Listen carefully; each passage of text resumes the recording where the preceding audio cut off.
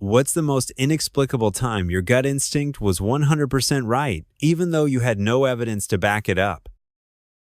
My boyfriend at the time and I were house sitting for his uncle. My boyfriend was at work and I was bathing our son before bed. I had the bathroom window facing the backyard, very slightly cracked, and heard a call from outside. This house was in a residential neighborhood, so it could have been a neighbor, but I suddenly felt anxious and scared, and something told me to go make sure the back door was locked. I left my 2-year-old son alone in a towel in the bathroom and ran to the back door. As I placed my hand on the doorknob locking it, I came face to face with someone through the glass, who had his hand on the outside doorknob. He started pounding on the door and jiggling the doorknob, saying he was looking for someone, and I just told him no, they were not here. He kept jiggling the doorknob and I ran to my son and grabbed my cell phone to call for help. Remember him house sitting though, and this was in 2004, 2005, when they had those flip open phones, not a smartphone where you can just look at a map. So I had no idea what the address was or where the house phone was. Anyways, I call 911 from the bathroom on my cell,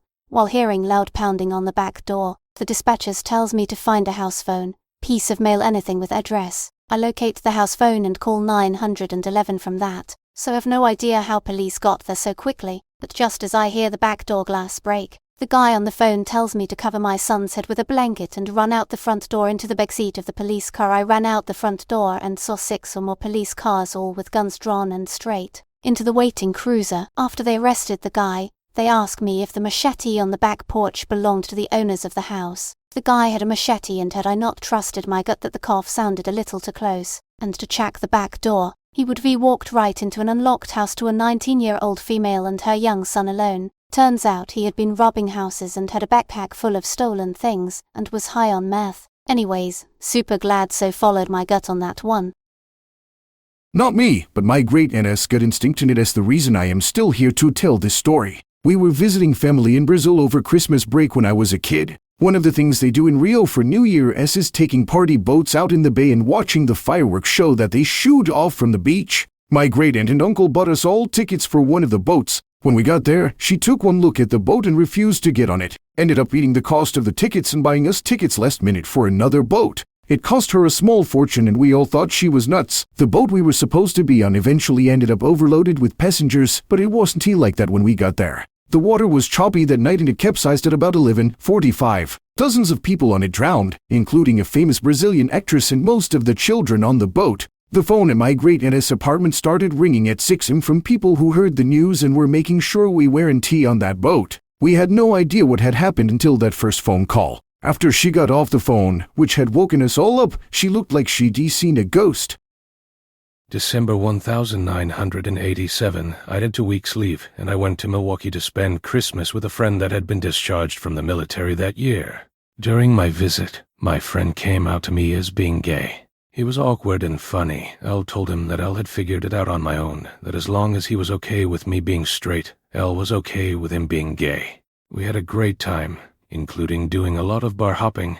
In one particular bar we were approached by a nice-looking blonde guy. My buddy and Elle did what had become a routine, both of us saying straight while he pointed at me, and both of us left.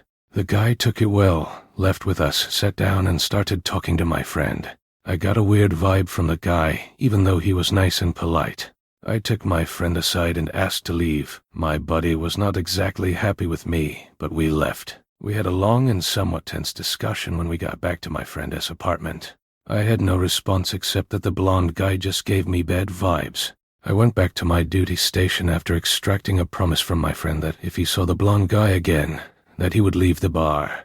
That blonde guy was Jeffrey Dahmer. 1,000 people have a similar story, I am sure, but here goes. On 9/10/2001, I was headed from the US, leaving from Newark to France to start a post-grad degree. A family friend reached out to ask if I could move back my flight a few days to stay with him in the city and meet some coworkers of his in the office. The next day he worked in the South Tower. My parents were all about me going as they thought it was a great opportunity for me to network, and they loved that I was getting time with their best friend's kid who was very much a small town made good story. By any indication, it was a great opportunity and should have been a fun experience. I recall leaving my hotel to the airport with a real sense of foreboding at the time, way beyond worrying about paying to change the flight, showing up late to pick up the keys in Paris to my apartment. It was a rugged feeling of I've only felt a few times in my life. Gee, when I knew I was in physical danger, someone had broken into my house at night while I was in bed, etc. Only in this instance, I had no rational explanation for feeling that way. I forwarded apologies to our family friend, making some excuses that I needed to meet with professors prior to classes starting, and I caught my flight. Best decision I ever made unknowingly, but had a strange prescience about. It still have no idea why I had that ominous feeling. On a happy note, my friend got out okay and is doing fine. Thanks for watching. Like and subscribe.